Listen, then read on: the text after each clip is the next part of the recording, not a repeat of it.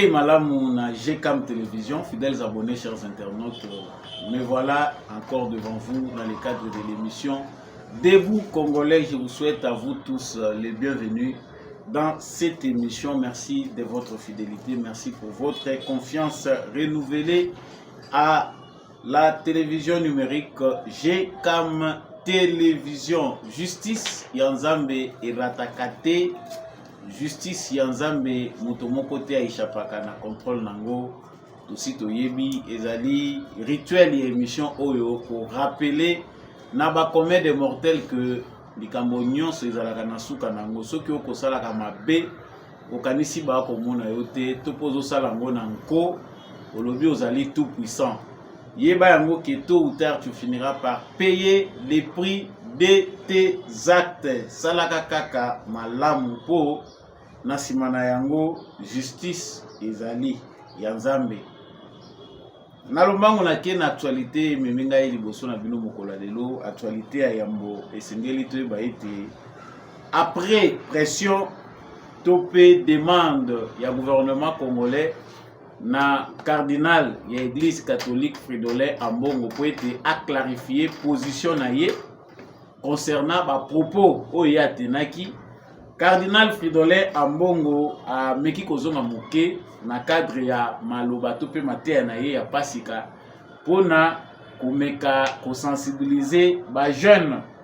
En tout cas, le cardinal Ambongo pense, qu'on ne peut pas comprendre que des personnes qui aiment véritablement le Congo deviennent des alliés aux groupes armés qui sèment les chaos et la désolation. De même, on ne pourrait construire une paix véritable dans un pays où ceux qui dirigent se payent gracieusement et abandonnent la population dans la misère. Tokolobake cardinal Ambongo a répondre na demande du gouvernement congolais topé ezali ba critique topé pression ebele et salamina ye yango est obligé à tenir ba propos oyo pona ko contrebalancer par rapport ya indignation oyo landaki ba propos na ye ya ebandeli. Actualité ya yambo tokobana nango nde yango wana. Est-ce que partant de ces propos tokoki ko dédouaner cardinal na biso toloba ete désormais azali clean ezalaki ba propos moko ya pression na gouvernement? Réponse ezali nakati ya émission oyo. Nakati ya émission oyo tokolobela mobembo tata mokonzi ekolo Félix Tshisekedi a kosala selon ndenge ezali planifié, ezali na invitation ya Emmanuel Macron, président français. Il est prévu que le 28 de ce mois, le président Félix Tshisekedi a voyagé pour na kokende na France. Et pas wapi ba kokende ko sala masolo yena homologue na ye français Emmanuel Macron concernant situation de la République démocratique du Congo et relations bilatérales. Ba observateur rebelle bazali ko se poser ba question les pourquoi de ces voyages pour nani Sengel Félix Tshisekedi akende alors que loko moko échangé depuis que Congo azali kozela makambo mingi de la part de la France na Union européenne. Au même moment, pendant que Félix Tshisekedi a envisagé kokende na France, topé azali kokende sur invitation, l'ancien président américain Clinton doit se rendre à Kigali. Tu vois malamu que président wana ya Rwanda ya États-Unis azali parmi batu oyo basali ete crise oyo tozali ko vivre comme crise, ce qu'on appelle guerre à l'est de la République démocratique du Congo. Plan wana ezala exécuté, n'est-ce pas un piège? Aussi longtemps que tu as vu que Félix Tshisekedi a répondu à quitter la demande mobembo esengelaki asala pona kokende mboka ya Japon. Nous allons en parler dans cette émission. Na kati émission oyo tokolobela ba civil o bazali tué na Beni na est ya République démocratique du Congo, na Beni précisément. 15 civils ont été massacrés par une organisation terroriste et criminelle oyo bazali kobenga ya État islamique les 15 civils tués, selon bato ba commettre ba crime wana balobi bazali ba chrétiens, c'est-à-dire organisation wana criminelle, mouvement moko terroriste bazali ko massacrer ba chrétiens. Qu'est-ce qui peut être à la base de ce terrorisme là? Oyo genèse nango topé mbuma nango ezali vraiment constaté te na ba relation topé na ba conflits sociaux culturels na République démocratique du Congo. Je vais ici vous donner des révélations concernant Musala Oyo SIA américain à Salaka. Ndenge nini ba mouvement terroriste ezalaka créé soki ba gouvernement ya bamboka wana bazali aptete bazali na vision musika te koyeba ndenge nini ba mouvement terroriste et se créaka. Nous allons en parler dans cette émission et puis voir pourquoi les mouvements terroristes autres bazali ko benga ADF na ba appellation musu ezali ko batama ezali ko continuer ko s'amplifier pendant que l'armée congolaise a si à lancer ba opération EBD. Nakosuki sa victoire ya ba FARDC na Kibirizi ezali sango oyo tokosilisa nango ba information na biso ya mokolo ya lelo. Encore une fois de plus natondi bino botondi mingi ndenge boponi etando ya GCAM télévision pour na ko partager basango na mwana mboka samba olonga sans complaisance, sans kobakisa mungwa, sans kotia nini. Souci ezalaka que yona ngai tokoma éclairé. Ozana no abonné te na chaîne na biso en tout cas. Je vous invite à le faire. Abonnez-vous pour ne jamais manquer l'actualité. Pendant que vous vous abonnez, likez surtout, partagez avec les voisins. Yepea koma lokola yo éclairé. Tikela biso pe commentaire depuis wapi yo zolanda actualité oyo ya émission Debout Congolais. En tout cas, ozali muzalendo topé FARDC na motema depuis wapi. Nazongi na lumbango na actualité ya République démocratique du Congo et ce qui saka epesaka kanda ilelisaka. En tout cas, nous avons tous les sentiments, toutes les émotions pour vivre nango actualité ndenge tout le monde a la République démocratique du Congo. Là, je venais de vous annoncer en premier volte-face ya tata cardinal Fridolin Ambongo. Pona bato balandaki basango na biso te sango ya catholique, sango mokonzi ya catholique a lobaki concernant mouvement M23. Topé ba congolais oyo baza kokende ko rejoindre mouvement terroriste M23 oyo ezali soutenu pe organisé par les Rwandais. Mais na maloba na ye atalisi alobi bato oyo bazokende ko rejoindre ba mouvement wana baza kosala mopamba te, c'est parce que bazui chance te bazali ko participer te na gâteau national. Dans ses propos de la fois passée, Cardinal Fridolin Ambongo a comparé qui Congo na gâteau, gestion amboka na gâteau, c'est-à-dire ceux qui ne sont pas, qui ne se retrouvent pas dans la gestion de la chose publique. En tout cas, ils ont toutes les raisons selon la logique de son propos. Bazana raison ya kokende ndenge bazali kokende kuna, c'est-à-dire la frustration na bango ezali prise en compte. Voilà la raison.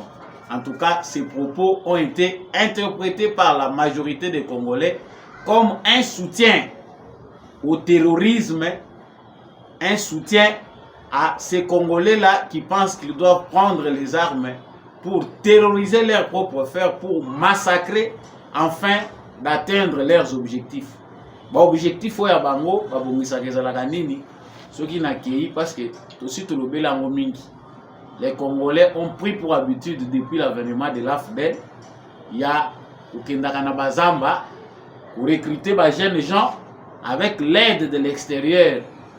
Au sala oyo bango bakoyi ko sala pour que babenga bango soit ba négocier, ceux qui ba benga bango ba négocier te, la finalité c'est qu'ils sont en train de massacrer leurs propres frères en complicité avec le pays voisin, et pendant ce temps-là, les minerais sont en train d'être pillés. Et eux aussi tirent des dividendes, bazali pe kozwa ba miette. Et ça, parenthèse importante à Fongolaga, à chaque fois que nous avons une émission pour que nos frères qui nous suivent à l'Est de la République démocratique du Congo comprennent que la responsabilité pour la réinstauration de l'autorité de l'État et la fin de l'insécurité à l'Est de la République démocratique du Congo et sur toute l'étendue du territoire national incombe à nous tous. C'est seulement l'armée et la police et les services de renseignement du pays qui doivent tout faire. Le mal est profond. Nous-mêmes, biso moko, tozali ba responsable ya ba malheur ezoko ila ka bandeko na biso moko. Il y a nos frères qui font leur business pendant que les autres meurent. Il y a nos frères qui ont choisi que culture ou ya bango musalo bango bazui, ils allaient chaque fois aux alanamindouki na maboko pour bazwa kabagay. Les autres sont commerçants, les autres sont dans l'armée, dans la police et partout à tous les niveaux. Ça, c'était une parenthèse. Les propos des cardinal Ambongo choquent, blessent. En tout cas, tu interprètes qu'il y a un comme des propos moko criminels. Ils allaient incitation à la révolte. C'est-à-dire tous les jeunes gens au Congo qui ne se retrouvent pas doivent rejoindre le mouvement Wana parce que ils allaient participer à un gâteau national. Ce sont des propos oyo tant que sont tous à ça l'analyse non. Ça c'est criminel comme parole venant d'un clergé. Muto ya koyi kozongisa batu na nzela. Maloba ya mbongo tango azali koloba yango ba Congolais baza kotala ye bazo luka exemple. C'est quoi l'exemple au biso to koyi kolanda? Exemple au biso to koyi kolanda ezali tata cardinal Ambongo. Est-ce qu'il a raison ou pas? Mais tout le monde a dit na sima maloba wana gouvernement congolais pas réagir, toujours en retard. Parce que le gouvernement congolais n'a pas jusque-là des critiques qu'on formulées dans le gouvernement et la République démocratique du Congo. Depuis que Félix Tshisekedi est président de la République, il fournit d'énormes efforts pour être à la page de chaque actualité. Lorsqu'il voit qu'il y a un, ça ne va pas, pour observer, Félix Tshisekedi fait de son mieux pour abîmer dans les médias quelconque. Si ce n'est pas dans les médias nationaux, ils allaient dans les médias internationaux pour essayer d'éclairer l'opinion. Il a compris qu'il y a un déficit grave en matière d'information et de communication. Mais le gouvernement n'a plus son makambo ya en retard. Ambongo asali makambo après ce qui 48 heures, tout 24 heures de réponse à gouvernement yekobima. Toki Patrick Mouyaya a exigé qui na cardinal clarification. Obtenir ba propos moko o ezali yangote. Est-ce que bato nyonso bazala parce que tant tous le bawa biso surtout tous ba frustré jusqu'au jour d'aujourd'hui tant tous le bawa na biso tous communiquer. Nous sommes aussi le fruit de l'injustice sociale. Certains de nos objectifs y a vu na biso ceux qui ont marché, nous avons des personnes à blâmer qui ont géré cette république. Mais au nom du bon sens, na respect à la constitution et à Mboka Nabiso, nous ne pouvons pas prendre les armes contre notre pays. L'argent des contribuables congolais a été mal géré depuis l'indépendance jusqu'à aujourd'hui. Jeunesse congolaise, les lots qui ont sacrifié, pas d'emploi, pas de revenus suffisants, vous allez vivre en dessous de la moyenne normale. PIB Nabiso par habitant, mais la plupart des Congolais, tous allés continuer, s'opposer, téléméla, bateau, bazali, animateurs et institutions par des voies pacifiques. Parce que s'il faut que Bisson surtout l'andamalo batata cardinal Ambongo, tous nous serons des rebelles. Mais il faut tout sauver ma meuble, il faut quand même qu'il y ait un respect dans Makambo et Zali à Bissou. Tu veux dire que bon Mamboko et Kabamaka bien té. Les gens ont profité dans Makambo pour nous le Makambo belé. Pour bateau yo, bazana parlement, bazana mouté ma moto que bambongo ebima, pas comprendre que terrain est bien té. Bon comprendre que terrain est bien té, jour autour est occupé té. L'argent du Congo est mal distribué. Bongo ya Congo ezoko kende mingi na un petit groupe d'individus. Donc quand ça que Soti Tshisekedi a na pouvoir Félix, en tout cas ça va changer comme par enchantement. Et changer bongo té. On a trouvé que le président de la République ne peut pas tout résoudre seul. et qu'il y a des institutions de la République qui nous ont bloqués pendant 5 ans, où il n'a pas eu de bonne volonté au sein de notre Parlement, voire même na bato bazali na gouvernement na biso pour qu'ensemble ba mutualiser ba effort na bango pour réduire les trains de vie des institutions. J'ai ouvert cette parenthèse pour nakotalisa que tous nous sommes frustrés. Frustration ezali ya nangate oyo qui est devenu millionnaire, multimillionnaire. Alie mbongo na Kabila ya kosakana te na makambo etali ba élection. Nanga a des parcelles partout. Nanga aza ko abandonner ba parcelle awa parce que batuni bata la titre minier. Wapi mukanda oyo osalaki et outi na l'état congolais pozwa carré minier oza nango. Ah. Là Nanga a trouvé qu'il faut à la bonne serviteur ya Kabila, il va rejoindre les Rwandais. Il n'a même pas rejoint parce que biso tozali n'a pas explication telle sous ya ça. Les Congolais qui comprennent ont déjà compris depuis longtemps. Joseph Kabila était là pour obéir na ba ordre ya Kagame na Museveni via les Occidentaux. Et que tout ce que Joseph Kabila avait à faire, c'est ce qu'on a vu. Tout le monde yango, ba rébellion oyo kili kili. Tu vois qu'il y a des rébellions, il y a Kabila Yemoko à créer. Kabila Yemoko a créé la rébellion wana. Batubile banda okanisa kezali façon ya critiquer Kabila. Aujourd'hui, les gens savent que Kabila azali auteur ya makambo wana. Na ko egare bino mingi te parce que illustration eza koleka mingi te. Cardinal Fridolin Ambongo précieux l'équipe. Nous sommes s'indigner. Je ne sais pas, les catholiques sont qui ma paix à l'église ou à biso pays. Tu éviter ceux qui nous déranger bino mais la soumission ils dans l'église na biso ils diabolique. Ils sous bon embêté. Ceux qui ba congolais quelque part tout cas ba tout monde toujours là la pungi mingi c'est parce que dans nos églises les gens sont soumis. Peuple à soumission à Bouina dans Mounanati. Jusqu'à tel point que l'Orozomona ma baie, mais c'est parce que Tata a lobby, pasteur a lobby, tu es obligé de te taire et de rester là. Dans la logique, il y a Makambu, Ambongo Azali qui détruit l'église catholique, il y a la République démocratique du Congo. On ne sait pas l'image qu'aura la jeunesse congolaise parce que catholique, il y a lobby et la jeunesse. Toyebite après nyonso eza ko salema na mbongo c'est que sera l'avenir de l'église parce que position na eza ko favoriser le développement mais après mouya ya ko tia pression ministre information la communication à lobby il faut éclairer biso ba effort esami mingi na gouvernement oyo.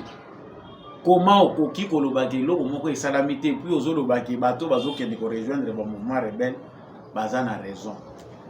Cardinal Azongi siko ya batami na sima mateya ya Pasika.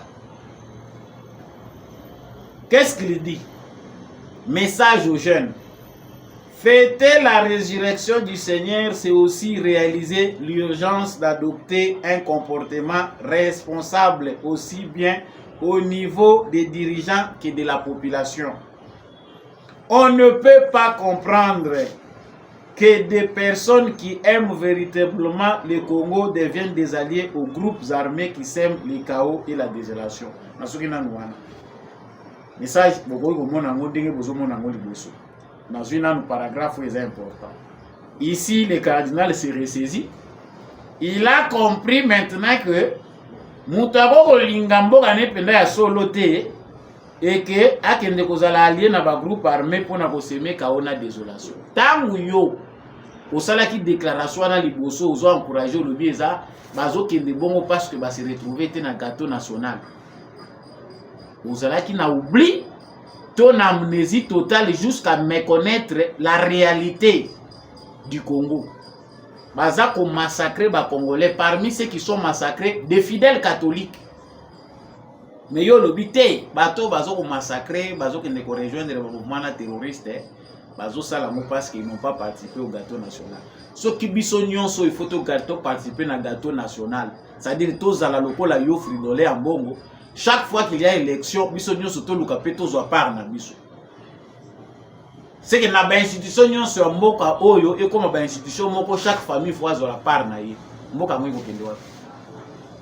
Comprenons, chers Congolais, qu'il n'est pas question ici d'aller chercher midi à 14h. Ils allaient dire que Cardinal Fridolin Ambongo a dit solo, mais parce qu'il a moni que Kindo Kinaye bimi polele. Ça, moi, j'appelle ça sorcellerie. C'est bien d'avoir brebis moko égaré que d'avoir un pasteur égaré. Si on a 4 églises, tu as na brebis égaré, l'église est intacte. Mais si tu as un pasteur égaré, c'est fini l'église et koufi. Je ne sais pas si les catholiques peuvent réfléchir sur l'avenir de l'église. Les catholiques peuvent en dehors de vos responsables, de autorités église, pour réfléchir l'avenir de l'église catholique du Congo. Ça c'est grave. Cupidité à l'olenga boy. Kanda ya mbongo banda balongola bango biftek na munoko ya gratuité de l'enseignement. Et si la kate, et l'on dit si la kate. Donc il fallait les parents congolais continuer kozala na bango kaka ba wumbu ya kosalela ka ba sango ya catholique. Aussi bon dimana bino pepo tozo yebisa pe pap awa azo encourager homosexualité. Bandana nous encourager ba sango ba bala ka ole ba vivre na hypocrisie. Parce qu'ici on voit que l'amour de l'argent, l'amour du matériel oeza tozo komona na kati ya basango eza ko boma église. Toyebi ke bango basi basala ve ya chasteté balobi bango bakobalaka te bakovandaka ndenge wana po basalelaka nkolo. Mais tu comprendre que désir ya makasi eza kati na bango que lelo basango ebele toza nango na bango à 90% baza vrai te. Résolvez ces problèmes. Libérez basango. Bo komela bango mukanda. Boye bisa bango soki balingi kosala politique balongola sultani basala politique toyeba bango ba mobilisaka. Église catholique ya Congo ekomi lokola parti politique ya Fridolin Ambongo. Ba jeune catholique bakomi lokola ba membre ya parti politique ya Fridolin Ambongo. Chaque fois qu'il veut assouvir ses désirs politiques, qu'il veut justifier les miettes qu'il reçoit, il faut utiliser catholique lokola bouclier na ye, point de départ na ye. C'est-à-dire Fridolin Ambongo aza politicien base na ye ezali ba fidèle catholique. Siko ya kozonga sima po ya ko changer ba propos na yo, biso tozo souffrir d'amnésie.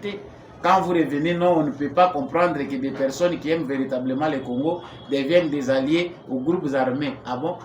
On ne peut pas aussi comprendre que des personnes qui aiment véritablement le Congo et qui se disent prêtres et pasteurs trahissent le Congo chaque jour. C'est honteux. Bande konanga to kolobaka ngo mingi mais to komi pe ko banga yer moko Congo mutema mabele ki. Ba enlèvement yango e bandi. Po tika to lobelaka pe makambo mususu na fongoli parenthèse mususu awa na lobaki yango te na début ya émission. Donc en solidarité avec notre frère communicateur Joël Kitenge, il faut babilo pour ici la paix dans mboka na biso. Je vous vole un peu de votre temps, mais que vous êtes concerné. Il faut bilo ici la mboka na biso. Quand on veut arrêter quelqu'un, un citoyen libre congolais, on ne peut pas commencer par l'enlever. Ba bévier à la terme de communication, ceux qui m'ont sali au bino beaucoup bien la diffamation, à sali banini mabe. Pourquoi la structure ya mboka na biso la sécurité, ils ont continué qu'on allait utiliser dans le lengue ya mabe. Le président de la République a dit na kokanga bakasho nyonso aner kozala sous police politique. Mais tozali na la police, tozali na ba parquet ezali, ba structure wana nyonso ezali. C'est qui les plaignants? Tant que mutu aza ko se plaindre ake kofunda na ba institution eza habilité ba yeba tikeli yo mukanda monsieur tel yaka ko se présenter. Voilà la procédure normale. Quelque part tous en droit tout critiquer et comme kaka dikamuke o basi bake na ye na aner baza ko entendre makampe ekoloba manane je to yeba muti. C'est que toka na ka minoko to lo baka suti. Do ba structure yango eza ya bino pona ko sécuriser kande bino. Ceux qui balobi likambo blessé yo mais contredire pourquoi il y a des canaux Commencez d'abord par balayer makambo yo moni que ça faux, obimi au lobby que ça faux. Parce que biso ndenge tolobaka parole d'évangile te eza pe na makambo oyo et ko kozala pe changer dans les jours à venir pour ko kozo information après oyo ko vérifier oyo ki mutu apesa ko information ya mabe ezalaka. Solidarité na maître Joël Kitenge biso pe ba journaliste tout ça la pe musala na biso en tout professionnalisme ezali important. Donc pour mettre fin à l'ékambo itali cardinal Ambongo paragraphe yasuka natanga gite le cardinal nous dit de même on pourrait construire une paix véritable dans un pays où ceux qui dirigent se payent gracieusement et abandonnent la population dans la misère. C'est une vérité mais qui sort dans la bouche d'un malfaiteur. Donc excusez biso ba terme ngai naza fidélité à l'église catholique bandiko na biso fidèle catholique. Je ne m'attaque pas là à l'église catholique comme communauté, mais je suis en train de m'attaquer à un individu qui est en train de ternir l'image de l'église catholique. Ma parole les autres semblaient bon parce que tous nous réclamons justice. Souci na biso ezali que Congolais azala na maturité ya kocha pression na bato bazo kambamboka pour que ça change. La mentalité des Congolais est pourrie. Que ceux qui sont à l'extérieur, bazo ko kanisa ke o bazana kati biso to leki bango. Tango ba ko cha yepe, yepa kanisi ke yepa ke na mangeoire. Et ainsi de suite. Le mal est commun, le mal est profond. Biso nyonso tozali en quelque sorte lié na mabe wana. Il faut to combattre ngo collectivement. Mais ezali mutu lokola Fridolin Ambongo te. Nde mutu akoya kote ya biso ndenge nini bato bazana pouvoir bazali ko se servir gracieusement. Kabila était au pouvoir pendant 18 ans. Tozalaki ka sango na mboko. Ba micro ezangaki to ba caméra ezangaki yote. Mais aux 8 ans lokola awa bokutani na mutu azo supporter nyonso. Félix Tshisekedi démocratie na ye elakisi que libertinage d'expression loba sala parce que yo oza cardinal oza intouchable hein? Mais il faut te informer bino pe que Félix Tshisekedi oyo bino bozo koyeba te wana. Certains déjà l'appellent dictateur parce que kaka pression tozo tiaka ye oyo et comme on a point moko batu bakoloba voilà la RDC se transforme parce que les Européens qui sont derrière aventure et église catholique et les autres qui se disent opposants biso toyebi ko opposition to ça na mona mboka oyo ya mutema mabe ezali incarné na Fridolin Ambongo, même pas l'église catholique, mais c'est Fridolin Ambongo comme individu qui utilise l'image de l'église catholique pour incarner l'opposition. En mal aussi. Donc, comprenons, chers frères congolais, que le temps, l'air est grave. Nous devons nous mobiliser, nous Congolais. Ba intégrer Katina Biso Bazali. Bato bazana bolingo ko servir mboka oyo bazali. Il faut totombola mingongo na biso. L'église catholique pe ba évêque l'église catholique bozala pe na conscience à comprendre que cardinal otuzana ye ya diarrhée verbal oyo azoboma église. Le tribalisme tout ce que lui parce qu'avo cha musapi na gouvernement yo bandana nkotala institution oya yo l'église catholique otoyebeli yo po eza Congo te eza église. Ma confession religieuse est ébranlée. Le Congo est très grand. Commencez d'abord par vérifier l'église des autres amoleza na itanil. Fridolin Ambongo banga kocha makolo na ye na Kasai. Kasai mobimba. Eza l'événement ya munene eza kotala ba évêque ya Kasai achaka makolo kuna te. C'est que kuna intéressaka yete mais ozo sala tour ya Congo mobimba na Kasai ko kende mokoloni. L'église est touché par le tribalisme, la corruption, le détournement. Baza kolobela sango moka wana boyi ko cité kombo to pe na bosani. Mbongo oyo baza kopesa bango gouvernement atie mbongo 1 million par diocèse. Baza soki 42 diocèses o batanga ka on éviter si aussi je me trompe. 1 million gouvernement congolais azali kocha pour ayebi que l'église catholique esungaka na éducation, il faut peut aider bango po baza kolela ke ba donc mbongo ebanda ko za libanda eyaka lisusu pinda te eyaka pete tika to sungaka bango parce que ce sont ces infrastructures les structures oyo éducatives yango nde mutu aider biso po to koma pe tozali le gouvernement congolais ko za ingrate baza ko bimisa 1 million bazo pesa mais comme na diocèse moko na bandulu quelque part là, va détourner ce qui 600 000 $. Et qui voilà tout le monde ozo le belangote. Ozo le belangote. Ba mabala na bino basango babala. Ozo le belangote. Na suki wana po ko continuer awa. Na éviter celui to koma wapi. Sango mibale yango tozo kende nango Félix Tshisekedi akokende na France le 28 avril au tozali. Ezali invitation et Emmanuel Macron depuis que Félix Tshisekedi a accédé au pouvoir pour son deuxième mandat. En tout cas, contact même établi dans la France. Le président français voulait que Félix Tshisekedi se déplace. Mais et l'autre ezali coïncidence dans quatre informations ezali que Bill Clinton, l'ancien président américain, architecte Yampiri Imatuti, Oyo, il me met biso désordre en Afrique centrale et principalement à l'est du Congo, azali annoncé pour Nagoya na Kigali.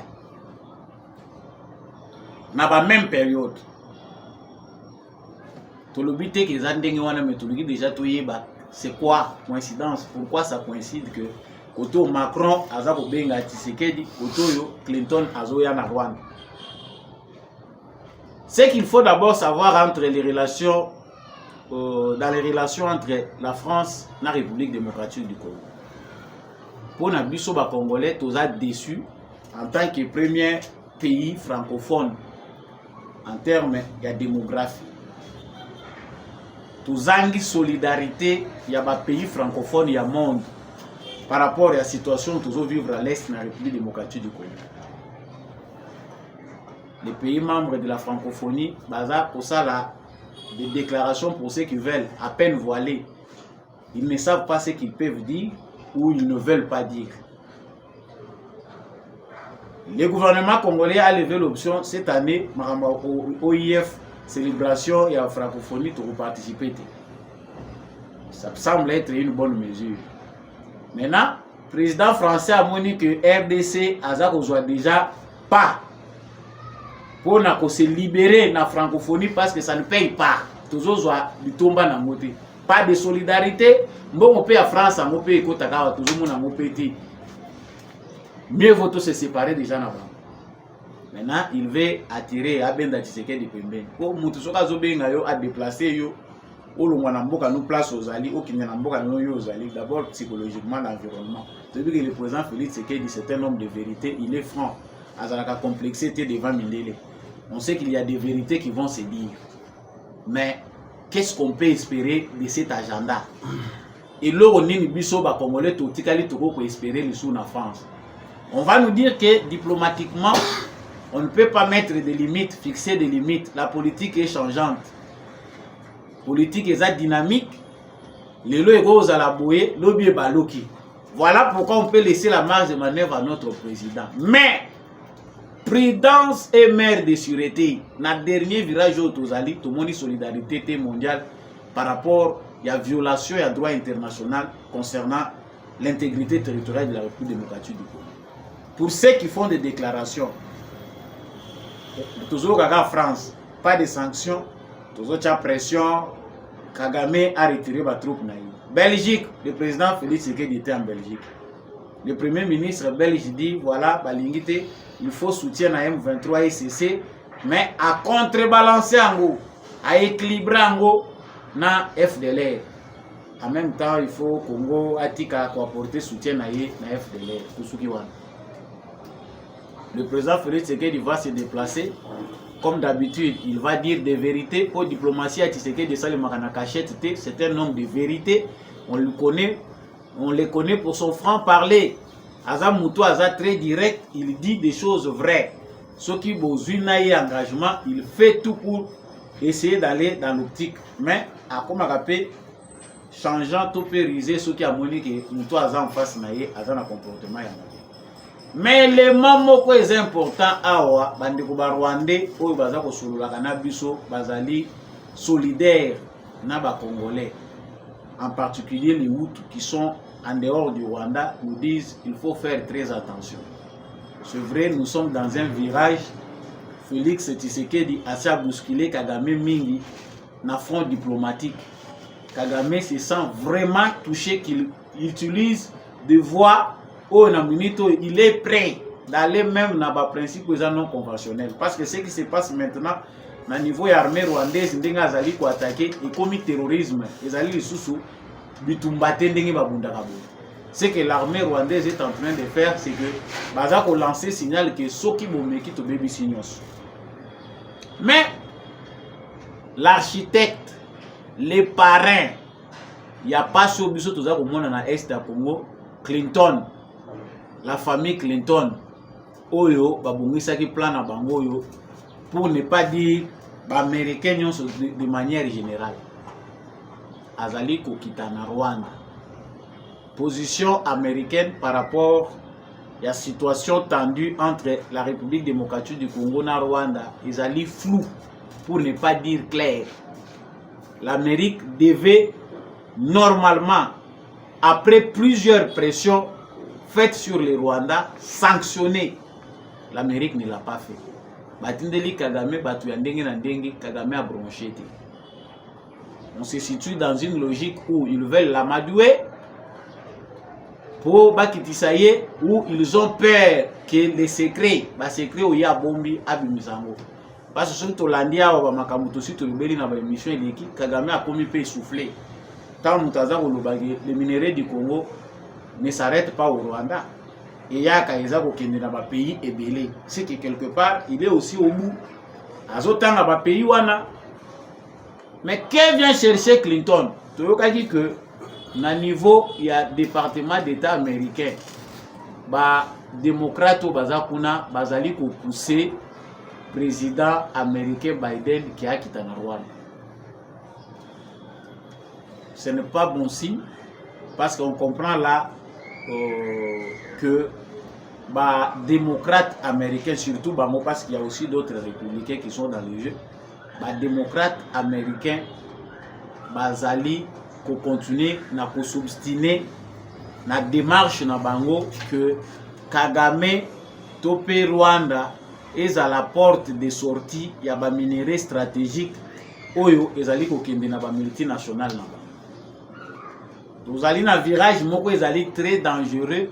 Ce qui se trame dans le secrétariat d'État américain n'est pas de bon augure pour nous. Nous devons continuer à le dire. Kagame, c'est vrai, Tshisekedi l'a fatigué.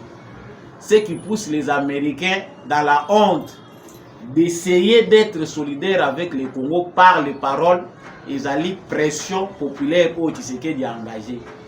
Tshisekedi a réussi pendant ces 5 ans. Il y a qu'à mobiliser le peuple congolais. Il y a qu'à engager front diplomatique Oyo Etienne Kagame Domi.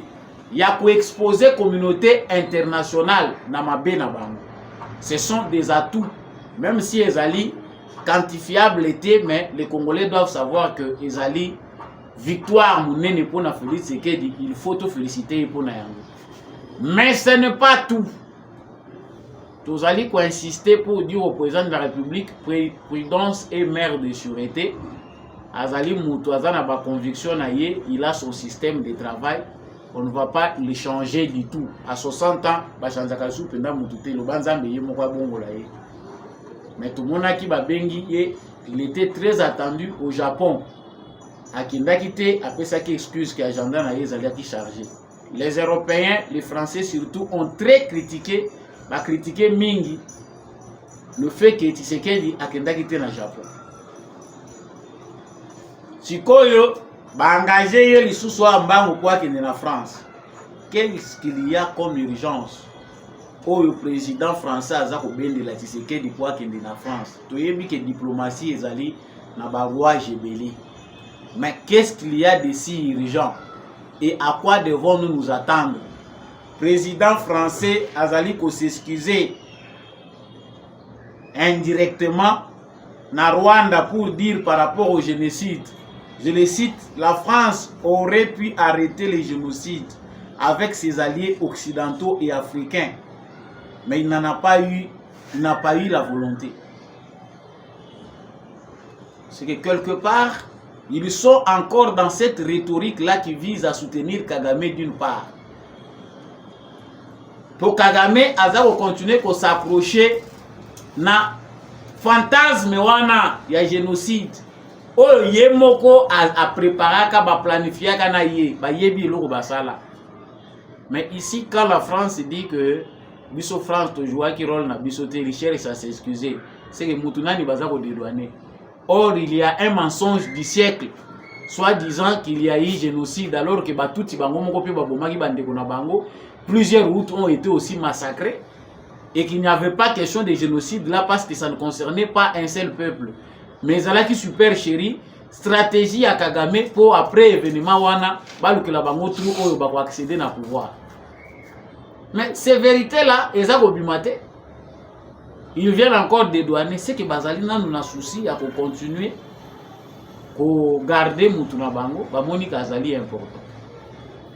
Chers Congolais, c'est qu'il est important pour nous Congolais de savoir, les alliés, que nous ne devons pas compter sur la faiblesse des autres. Nous devons compter sur notre propre force. Le gouvernement congolais doit être conséquent que mawa oyo to sengita moulaï bayo que la biso mawa na communauté internationale et koya bongo pambati. Les Français ont déjà montré l'insuffisance na bango. Félix Tshisekedi qui veut aller en France, je ne dis pas qu'il veut, mais qui est invité en France, dans le moment où la France a s'engager dans le front direct contre la Russie en Ukraine. C'est aussi dangereux comme voyage pour le président de la République.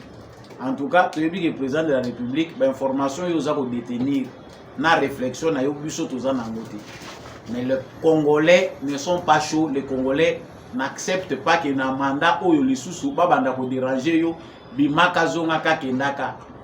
Vous êtes déjà sorti au kendaki Belgique, au kendaki bamboka mususu. La France aza na voix moko importante na Nations Unies, diplomatiquement elle peut nous aider ce qui les solo et betami bien. Mais mi pesa pena nous quoi président de la République souka na nkoto. Tozo kene malembe na souka, je parlais ici de 15 civils massacrés na Beni par les terroristes de l'État islamique. Tout le monde a besoin d'inventer biso ba kombo ilongwe ADF Otomoni depuis l'armée congolaise s'engager na armée ougandaise ba frappe o ba ADF bazui ba bastion na bango ebele ils allaient déstabiliser. Mais awa toza koloba 15 civils soi-disant entre guillemets que bazali ba chrétien baza massacré baza ko boma baza ko filmer ba tiango na ba réseaux sociaux et loko banani basala ngo on parle d'ISCAP ISIS. C'est une organisation terroriste islamique. Tangu toza kotala fondement na jana ba crime toza ko comprendre qui sont les auteurs. Na lobaki loko na actualité lekaki ba américain batindeli biso awa ba militaire ba uti Pentagone ba commando ba leki awa ba leki Kinshasa bake précisément ti bakei na parc ya Virunga après bakei dans les environs ya pembeni ya Beni wana bakei bazongi bakei. On n'a pas reçu des explications claires concernant présence na bango na ba milieu wana. Après Kozonga na bango, ça n'a pas fait 3 mois. ADF a sali terreur oyo totikala ko monate na est de la République démocratique du Congo na Ituri comme de certaines parties na Nord Kivu. Lelo on nous parle de l'État islamique. J'ai suivi un rapport de la CIA. Oyo azali kolobela sur progression ya ba musulmans na Afrique centrale. A cité précisément République démocratique du Congo. Ces rapports-là de la CIA parlent de 15% des musulmans en République démocratique du Congo. C'est-à-dire, bango, CIA, bataille laka indice de développement na biso, bazana ba moyen na bango nyonso bango bacha balanda laka évolution ya Congo na niveau nyonso. Balobi ke pour na bango bamoni que les musulmans au Congo sont déjà à 15%. Mais biso moko tango tozota la biso moko bakolomboka toyebi te, on n'a pas vraiment là des statistiques valables pour déterminer ngo toyebi que ça 15% ya ba musulmans ba uti wapi. Et ces rapports là indiquent que il y a des pressions communautaires déjà vues, croissance. Il y a population musulmane dans la République démocratique du Congo. C'est de là que nous devons tirer très attention. Les conflits, pour la plupart, oyo ezali ko causer insécurité dans la République démocratique du Congo sont importés. Au Congo, tozali na guerre te, tozana bitumbate interreligieux ndenge le kaki Soudan du Nord, Soudan du Sud, oyo bakabola ba balkaniza. Mais on comprend ici que il y a une planification qui vise à créer un conflit interreligieux en République démocratique du Congo. Totikala ko monate na communauté moko, totikala ko monate esika moko na Congo et pas wapi ba chrétien bazali ko bebana na ba musulman. To ba wele la mabele, to ba wele le loko songolo pakala. D'où vient le mouvement qui peut pousser na ba terroriste ba ya ko massacrer ba chrétiens congolais? Cher gouvernement de la République démocratique du Congo, biso toza ba conseiller public. Ce qu'on peut déjà vous dire, nous n'avons pas les moyens de belé autokoui kocha, le la SIA pour na kosalo bango bazo sala. Mais on peut avoir le peu de moyens pour organiser nos renseignements, organiser notre sécurité de sorte que tout contrecarrer plan américain. Les plans ya CIA ou SIA influencé par les systèmes. Il y a des démocrates, il y a des mafieux, le Clinton, ils ont visé amplification, il y a des conflits à l'est de la République démocratique du Congo. De la même manière que Bazali prêté pour que mettre fin à l'iloko ba créer na est du Congo, ils veulent créer un autre conflit. Bomoni que ADF ils ont neutralisé tout qui Congo mususu ebimi. Et puis bato ba identifier ka pe ba pesa ka ba précision, il y a ba mouvement oyo ezaka ka bango. Presse occidentale, gouvernement occidentaux. Il y a bien sûr les alliés qui ont dénoncé que nos services de renseignement s'y attellent. Nous n'avons pas un conflit religieux au Congo, interreligieux au Congo, exacté. Au bateau religion qui gagne, le Congo est dominé par les chrétiens. Les musulmans ne sont jamais lésés par leur culte. Dans le Congo, ils sont libres. Dans la province, ils appellent la province Bazalakati. Nous n'avons qu'à dire pour biso tokoloba. Société civile ya kwa wana ba dénoncer déjà que mouvement moko mabe ezo salema. Armée na ba autorité ba salaki lokola sourde oreille. Ba crime salami, ils ont massacré 15 personnes. Information eleki. Tosuki si awa ndenge na lobaki na bino FARDC auti bongo pour récupérer ba colline ya Kibirizi. Peut citer de manière progressive les autres tombés dans ma boko ya armée na biso. C'est une bonne nouvelle pour notre armée. Bazali ko continuer ko mouiller Mario sur plusieurs fronts parce que front ezali kaka mon côté. L'armée congolaise fait face à d'énormes conflits moko à grande échelle oyo armée mon côté na monde. Azali ko vivre situation oyo armée à Congo ezali ko vivre. C'est-à-dire en même temps toujours bunda contre les terroristes, en même temps toujours bunda saba mouvement rebelle, en même temps toujours faire face contre une agression, en même temps toujours infiltrer.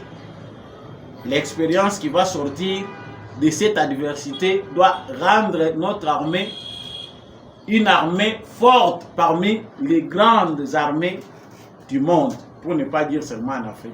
Si on doit capitaliser na oyo armée na biso azozwa comme expérience na bajara ba conflit toujours connaître, nous pensons que notre armée ira très loin. Félicitations na bazalendo, félicitations à l'armée na biso.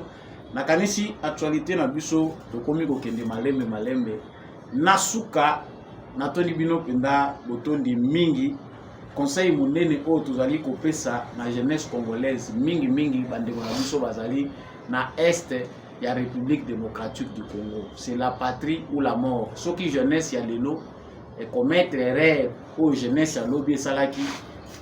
En tout cas, tozala na mutu ya ko blâmer te lobby. To kopesa nde bano bazali ko bota ma charge.